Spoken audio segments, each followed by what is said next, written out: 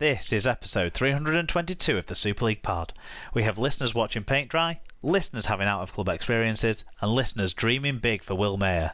We've got you covered from Super League to Southern Conference. So get strapped in, it's SLP time.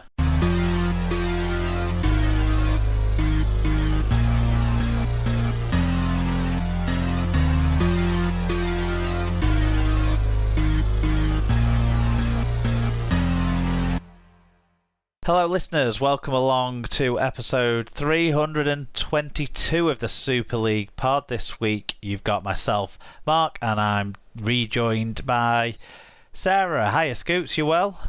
Yeah, I am, thank you. Yeah, how are you? Yeah, I think now, at this stage now, both of us managed to have that sweet relief of not having to watch these fucking teams anymore that we've had to suffer through in 2021. It's all over now, isn't it? We can just forget about it. Yeah, exactly. On to better and brighter things, hopefully.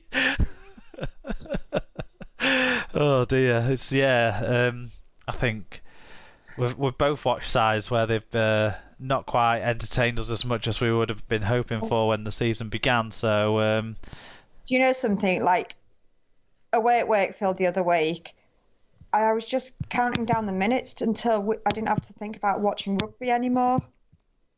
The first thing I said when Leeds went 8-0 up was I turned around to Liam and Cass and I said, well, at least we can enjoy the games next week because we won't have to watch this team play. Yeah. But do you want to... Let's move on to brighter things. Do you want to tell everyone about our sponsor? Yes, again, we're sponsored by Rob's Toy Shop, where you can find a wide range of toys, gifts, rugby league, birthday cards and more at Rob's Toy Shop on eBay. If you visit stores.ebay.co.uk/Rob's Toy Shop, and on any orders over £5, you can earn 5% cash back, and also 1% of your order value will go into the SLP coffers if you put SLP discount at checkout. Yep, great stuff. Thanks, Rob's Toy Shop, for their support. So what have we got on the show this week? Well, with the Super League playoffs not exactly delivering too much on-field excitement, maybe a Mikey Lewis chip and chase aside, there's a lot of... I mean, it's a very heavy news slate to run through this week. We will still also cover off the playoff games from Super League and elsewhere with the help of your fan reviews. So we've got them across all the range of playoff games that we've seen this weekend. And we'll make guesses for what will happen in the upcoming week. Given the calibre of last week's predictions, let's see how that goes. But yeah, we'll start with a little bit of feedback, though. Last week we had Fact-Checker-in-Chief as the co-host of the show, and I think that's just invited all the fact-checkers in, Sarah, because Dave Cantrell got in touch and he said, fact-checking the fact-checker, Liam Finn also played for the Scholars. I haven't seen any record of him playing for the Scholars on like his pages, so I don't know if I believe it. But so Liam Finn, checking David Cantrell's fact-checking the fact-checker. Well, I haven't got to the point of actually fully fact-checking it, but like on his Wikipedia and his Rugby League project, he didn't have anything, and I've forgotten my login, Anna, to the to the Rugby League Record Keepers Club, which I kept quiet last week. So yeah, I'd say where's your evidence, but I'm sure it exists. Sean Orton got in touch at Bruiser664, our old friend. I was amazed that he was listening to the show the day after it went live, because normally Sean's the kind of person who over the years has sent a message maybe like a few weeks later saying, oh, I just listened to episodes from a month ago.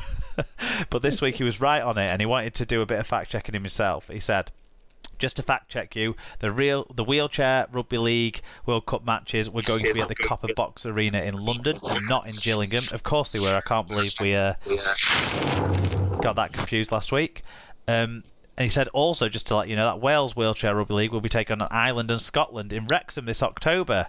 So look out for more details about that on, I guess, on the Wales Rugby League page. You should be able to find that, because that's potentially something people can get across to and watch some wheelchair rugby league in the flesh, because we were all very excited by the the grand final recently. And one for your dad here, Sarah. Callum Percy, the Wigan drummer, got in touch, and he bit of feedback from episode 319. So a few shows ago, he's maybe doing the old Sean and catching up. He said, message for Joshua's granddad, I didn't appreciate the battle of the fat boys on the drum joke, even though he's not wrong. Ha ha ha.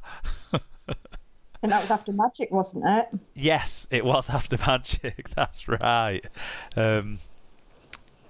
So yeah, Callum's not that fat. It's not a fat lad. He's not skinny.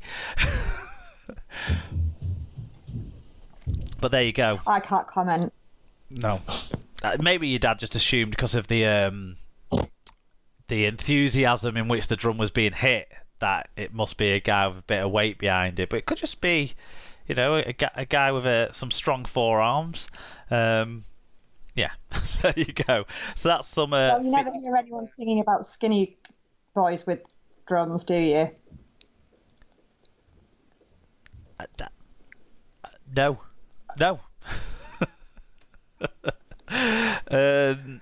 That's the feedback covered off. Anyway, thanks for everyone getting in touch with those little bits. That certainly made me laugh when I read it from Callum. Okay, I think we need to get into it because there's going to be loads of it to cover. It's time for the news.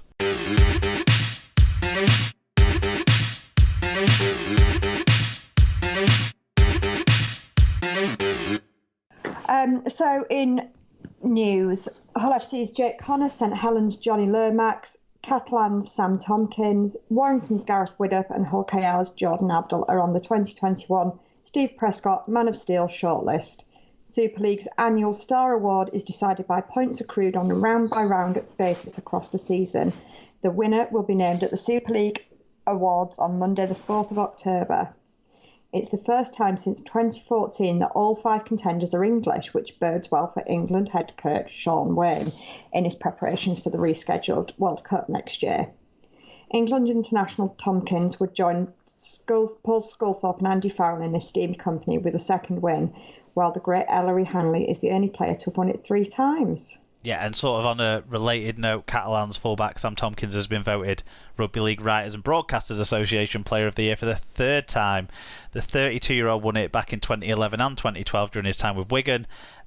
He polled 2/3 of association members' votes ahead of Cass Hooker, Paul McShane, as well as Lachlan Coote, Alex Walmsley and Morgan Knowles, who all must have got votes.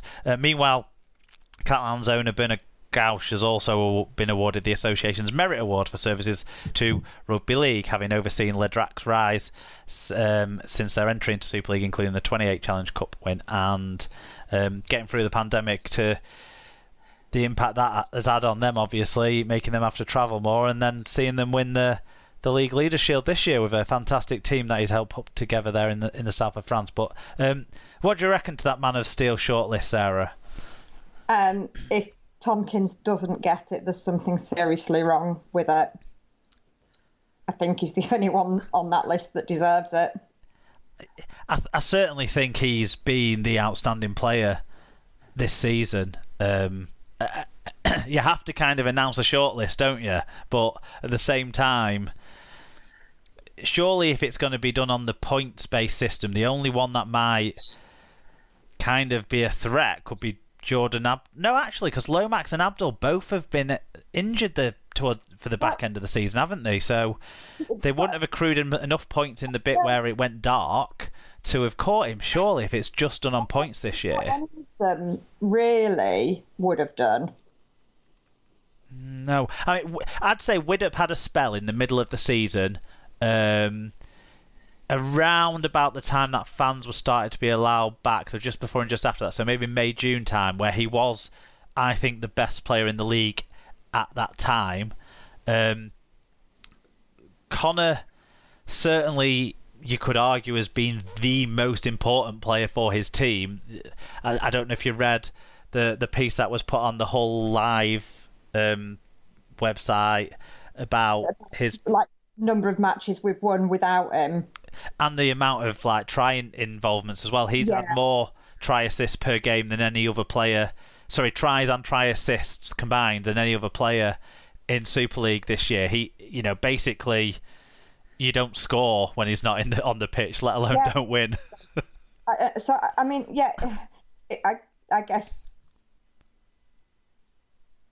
Yeah, I mean, I feel like Lomax and Widdop, in theory, have got more players that they should be competing with. Not to mention the fact that, as you say, Lomax has been out injured and Abdull's been out injured. So they aren't going to have picked up loads of points. Connor pretty much has single-handedly carried Hull a lot of the time. So from that point of view, yes, maybe he will pick up points. But to be perfectly honest, I think it's an injustice if anyone from Hull wins anything this year. Well, I think that what you've said is why Connor's in the shortlist despite not making the playoffs, and we had a player win it last year whose team didn't make the playoffs as well, didn't we? So you can't rule it out, but it just feels like Lomax has been consistently pretty decent, although the more I think about Lomax's season, the more I think I don't think he's been as good as he has been in the 2 or 3 years before. Maybe it's just there's been less other people at Saints who've been as outstanding. I don't know, it's weird. But if you'd have asked me sort of a month ago or so, maybe 6 weeks ago, I'd have said it's between Tompkins and Widdop, and Widdop's form has dropped off since that time. So, and you've fallen out with him. Wait, why did I fall out with him? Did you not fall out with him at Magic? Oh, I don't know where I fell out with it. Well, look, all these try assists started to get by miss-kicking balls, Sarah. No, I just think you're right in your initial assessment. It would be wrong if it was someone other than Sam Tompkins this year for me. I'm absolutely detesting Sam Tompkins, but I just don't think you can find a better player this season. No, well, shall we run through the dream team and see kind of where that's left us with some of the options, because it's strange to say, but there's 3 members of that shortlist that aren't even in the dream team. So the dream team was announced this week. 6 teams are represented in the 2021 Super League dream team, which includes 7 new players named in the lineup for the first time. Catalan Dragons talisman Sam Tompkins leads the list following his good form, in addition to his nomination that we just talked about for the Man of Steel. League Leaders Shield winners also have Tom Davies, James Maloney, Sam Cassiano in the side. Meanwhile, 4 players are named from in the dream team for a second successive season. So Saints trio, Alex Walmsley, Johnny Lomax and Morgan Knowles all made it last year, as well as Liam Farrell from Wigan, who are all included in the team again this year. The dream team in full is Sam Tompkins from the Dragons, Tom Davies from the Dragons, Jack Welsby and Mark Percival are the centres, both from St Helens. Ken Seo on the other wing, the top try scorer in Super League this year from Salford. Johnny Lomax and James Maloney are your halfbacks. Alex Walmsley and Sam Cassiano are your props, with Cruz Leeming the hooker. Liam Farrell and Kane Lynette are your back row, and Morgan Knowles is your loose forward in your 2021 Super League Dream Team. We had a couple of fan views in. Do you want to give the first, Sarah? And I think the second one came in too late for me to have sent it to you. Yes, Tom Andrews said, made up for Kane, truly deserved the move to made up for Kane, truly deserved. The move to second row has improved his output massively. Feel Hall and SKD and Abdull have been hard done to, but I might have my red and white glasses on. I think you have there, Tom. And always in our shadow said, some odd calls. Maloney's been a 6 all year, Farrell a centre, Cassiano before satire joke. Nice to see Leeming get recognition, but most of his good stuff has been at 7. I think some reasonable points made by always in our shadow there. Normally the wind-up merchant, but on this occasion, sensible head on, because the halfback one, I sort of think we're still in this era where 6 and 7 has become more interchangeable, so I'm not too fussed if a player who wears 6 on his shirt gets put in the 7 position. If they're the 2 best, that's a different conversation to have, though, considering Maloney wasn't in the dream team and 3 other halfbacks were. Sorry, in the Man of Steel shortlist, and 3 other fullbacks were. Yeah, Farrell's played about a quarter to a third of the season in the centres.